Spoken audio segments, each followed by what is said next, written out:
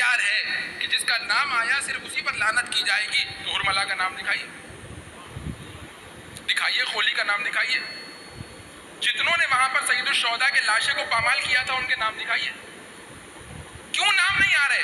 کیونکہ یہ انڈیکس کی کتاب نہیں ہے، کئی جلدی زیارت بتانی پڑے گی اگر سب کے نام آ جائیں تو۔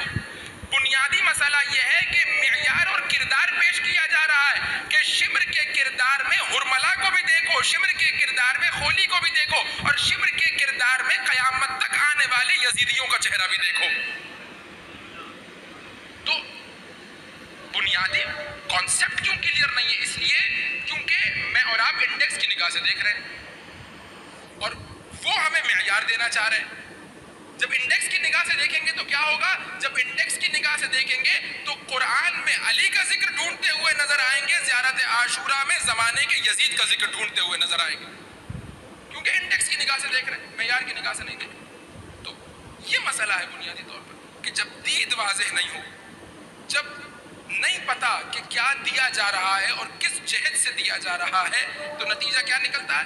نتیجہ یہ نکلتا ہے کہ انسان پھر مشوش، پریشان ہو جاتا ہے، پھر سمجھ میں نہیں آتا کہ کیا کرے، کس راستے پر جائے اور کس راستے کو چھوڑے۔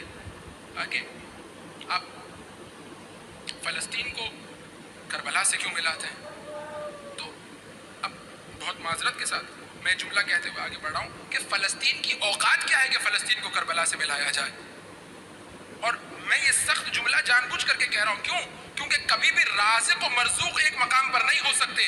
رازق کا مقام اور ہوتا ہے، مرزوق کا مقام اور ہوتا ہے۔ فلسطین رزق لے رہا ہے کربلا سے، فلسطین مرزوق ہے، کربلا رازق ہے، اور قیامت تک جس کو بھی حیات کا رزق چاہیے اسے کربلا کے دروازے پر آنا پڑے گا۔ فلسطین کا ذکر کربلا کے مقابلے پر نہیں ہو رہا، بلکہ فلسطین کا ذکر ہو کر کے بتا رہا ہے کہ دیکھو کون کون ہے جس نے زندگی کا درس کربلا سے لیا ہے۔